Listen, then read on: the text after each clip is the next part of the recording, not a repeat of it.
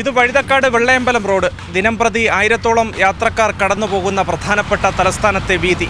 പക്ഷേ ഇവിടുത്തെ ദുരിതമൊഴിയാൻ ഇനിയും മാസങ്ങൾ കാത്തിരിക്കണം.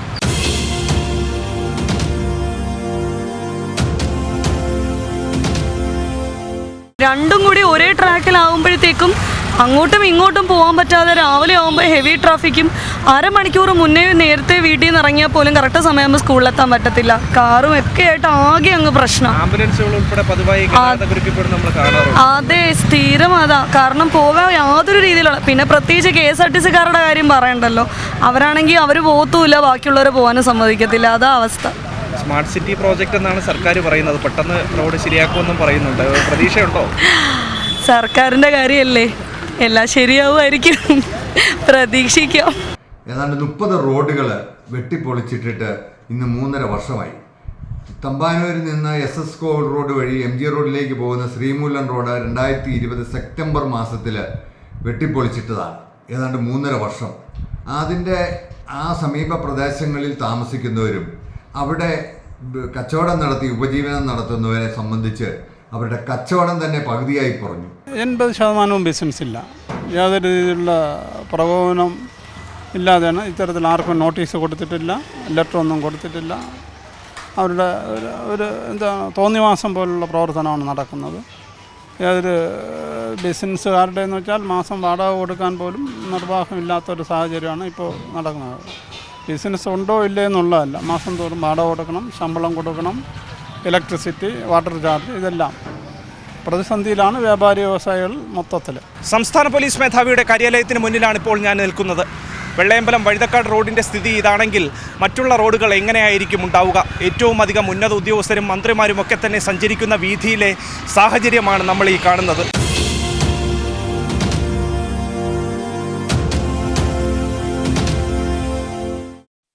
ഡെവലപ്മെൻറ്റിന് വേണ്ടിയിട്ടാണ്. പക്ഷേ സ്ഥിരം പോയി വരുന്ന ഒരാൾക്ക്, ഓഫീസിൽ പോയി വരുന്നവർക്കും, എൻ്റെ വീട് പാങ്ങോട്, അപ്പം നമുക്ക് ഇങ്ങനെ ഡെയിലി പോയി വരുമ്പോൾ ഭയങ്കര ബ്ലോക്ക്. ബിക്കോസ് നമ്മുടെ ഓഫീസ് നല്ല ഡിസ്റ്റൻസ് ഉണ്ട്, ഇവിടെ നിന്ന് ഒരു 15 കിലോമീറ്റർ ഒക്കെ ഉണ്ട്. അപ്പോൾ ഡെയിലി ബേസിസിൽ നോക്കുമ്പോൾ പണി പെട്ടെന്ന് തീർന്നാൽ നല്ലതായിരിക്കും എന്നുള്ളൊരു ഇതേ ഉള്ളൂ. ഇതൊരു നല്ലൊരു കണക്റ്റിംഗ് റോഡാണ് നമുക്ക് പല സ്ഥലത്തോട്ട് പോകാൻ വേണ്ടിയിട്ട്. അങ്ങനെ നോക്കുമ്പോൾ ഒന്ന് പറയാനുള്ളൂ, റോഡ് പണി വേഗം തീർക്കുക എന്നുള്ളതാണ്. ബിക്കോസ് കുറേ സ്ഥലത്തൊക്കെ നമുക്ക് എത്തുമ്പോൾ നല്ല ബ്ലോക്ക്.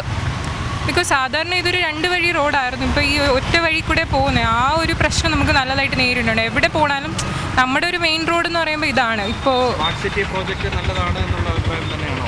അതെന്തായാലും അങ്ങനെയാണല്ലോ, നമ്മുടെ സിറ്റി മുന്നോട്ട് വരണമെന്നാണല്ലോ നമുക്ക്. ആ ഒരു രീതിയിൽ നല്ലതാ. വണ്ടി ഓടിച്ച് പോകുമ്പോൾ പോലും നമ്മൾ അരമണിക്കൂർ എത്തേണ്ട സ്ഥലത്ത് നമ്മൾ എത്തുമ്പോഴേക്കും 2 മണിക്കൂർ 3 മണിക്കൂർ ആവുന്നുണ്ട്. നമ്മളിപ്പോൾ രാവിലെ ഓഫീസിൽ പോകുന്നുണ്ട്, അപ്പം അത് നമുക്ക് സമയത്തിന് എത്താൻ പറ്റുന്നില്ല. അങ്ങനത്തെ വിഷയങ്ങൾ സർക്കാർ അവരെന്ത് പറയുന്ന അവർക്കെന്നെ അറിയത്തില്ല. അവരിന്ന് ചെയ്യും, നാളെ ചെയ്യും, മറ്റന്നാൾ ചെയ്യുമെന്ന് പറയുന്നതല്ലാതെ അവർ ഒന്നും ഇതുവരെ ചെയ്തിട്ടില്ല. കാരണം നിങ്ങൾക്ക് തന്നെ നിങ്ങൾക്ക് അറിയാമല്ലോ, അപ്പം നിങ്ങൾ ഈ വാർത്ത ചെയ്യുന്നത് തന്നെ നമുക്ക് സമൂഹത്തിന് നല്ല കാര്യം നടക്കാൻ വേണ്ടിയിട്ടാണ് നിങ്ങൾ ചെയ്യുന്നത്.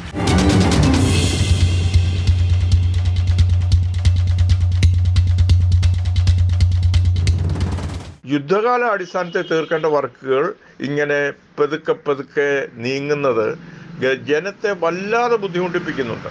ഒന്നാമത് അത്യാവശ്യക്കാർ, ആശുപത്രി പോകേണ്ടവർ, അത്യാസന്ന നിലയിലുള്ള രോഗികൾ, ആംബുലൻസുകൾ, ബഹുമാനപ്പെട്ട മന്ത്രിമാരുടെ യാത്രകൾ, ഇതെല്ലാം തടസ്സപ്പെടുന്നത് ഇത്തരം ഉദാസീനത, നിർമ്മാണ പ്രവർത്തനത്തിലെ ഉദാസീനത കൊണ്ടൊന്നു മാത്രമാണ്.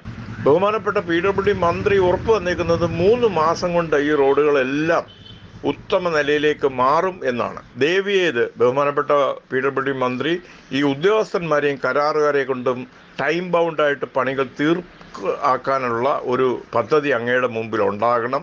കാര്യം ഇത് നമ്മുടെ തളർച്ചയിലേക്ക് മാറ്റുന്ന ഒന്നാണ് റോഡ് ഗതാഗതം സ്തംഭിക്കുക എന്നുള്ളത്. സ്മാർട്ട് സിറ്റി പദ്ധതിയിലൂടെ റോഡുകൾ കുത്തിപ്പൊളിച്ചിടാൻ തുടങ്ങിയിട്ട് മാസങ്ങളേറെയായി. ഇനി എന്ന് ഈ റോഡുകൾ ശരിയാക്കുമെന്നുള്ളതാണ് നാട്ടുകാർ പ്രധാനമായും ചോദിക്കുന്നത്. ഇതുവഴി വരുന്ന യാത്രക്കാരെയും ഇവിടെയൊക്കെ തന്നെയും ജോലി ചെയ്യുന്ന കച്ചവടക്കാരെയും ഒരുപോലെ ബാധിക്കുന്നുണ്ട് ഈ പ്രധാനപ്പെട്ട പ്രശ്നം. തിരുവനന്തപുരത്ത് നിന്ന് PV രഞ്ജിത്തിനൊപ്പം അഭിജിത് ജയൻ, സി മലയാളം ന്യൂസ്. പുതിയ വാർത്തകളും വിശേഷങ്ങളും ഇനി വിരൽ തുമ്പിൽ. എല്ലാ ഡിജിറ്റൽ പ്ലാറ്റ്ഫോമുകളിലും ഇപ്പോൾ സി മലയാളം ന്യൂസ് ലഭ്യം.